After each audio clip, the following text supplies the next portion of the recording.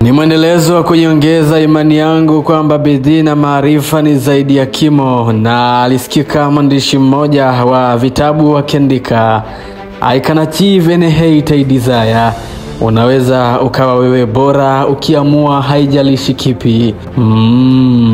Ni zaidi ya maarifa alionayo mguuni.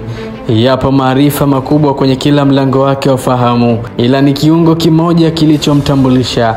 Yes, his own feet.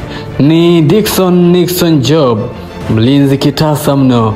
Kumbukumbu zinatupeleka 2000 mwaka, na mwezi ni Disemba, tarehe ni ile 29, katika mji kasoro bahari, mkoani Morogoro. Kiumbe huyu alipohisi nuru katika dunia hii, mbali na kuishi kwenye joto la asili kwa miezi 9, ni ngumu kumtenganisha na sifa bora alizonazo.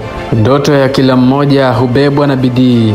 Alisubutu hata kucheza Moro United, baadaye timu ya vijana wa Tamtam kutoka Manungu Turiani, hadi timu ya wakubwa ya Mtibwa Sukari. Tanzania ina majina machache ya walinzi bora, ila kati ya wachache hao linakuja jina lake, Big Brain Defender, nahodha msaidizi wa wananchi. Na iona bidii, akili, maarifa, utu kila ninapomtizama. Silaha imara ya Yanga, silaha imara ya wananchi waliohangaika kuwapata wazawa kama yeye, silaha thabiti ya Tanzania.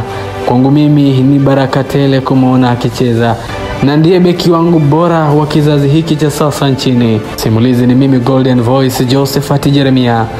Desir adios.